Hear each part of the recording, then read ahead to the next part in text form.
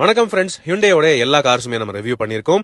ஆனா புதுசா லான்ச் ஆக போற ஹியூண்டே அல்கசார் ஃபேஸ் லிஃப்டோட மேனுஃபேக்சரிங் ப்ராசஸ் பாக்குறதுக்காக ஹியூண்டேயோட ஸ்ரீபெரும்புதூர் பிளான்ட்ல வந்திருக்கோம். எவ்வளவு பெரிய வண்டியா இருந்தாலும் அந்த வண்டியோட பேனல்ஸ் ஒரு ஷீட் மெட்டல்ல இருந்து தான் ஆரம்பிக்கும். Fully robotised pressing and welding process இந்த ஃபேக்டரியில வச்சிருக்காங்க.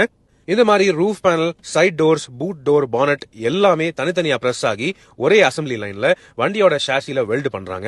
அப்படி இந்த எல்லா பாடி பேனல்ஸும் சேர்ந்து வெல்ட் பண்ணும்போது பாடி இன் ஒயிட் ஃபார்ம் ஆகுது.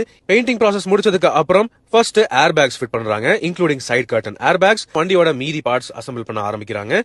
Interior head lining, glasses, head lamps, tail lamps, dashboard பாத்தீங்கன்னா ஸ்டீரிங் காலமோட சேர்த்து ஒரு ஃபுல் யூனிட்டா தான் அசம்பிள் ஆகி ஃபிட் பண்றாங்க. ஃபர்தரா வண்டியோட சஸ்பென்ஷன் அண்ட் பிரேக்ஸ் எல்லாமே அசம்பிள் பண்ணிடுறாங்க. அதுக்கப்புறம் வீல்ஸ் ஃபிட்டிங் பண்றாங்க. இதெல்லாம் பண்ணதுக்கு அப்புறம் வண்டியோட சீட்ஸ் இன்டீரியர்ல ஃபிட்டிங் பண்றாங்க.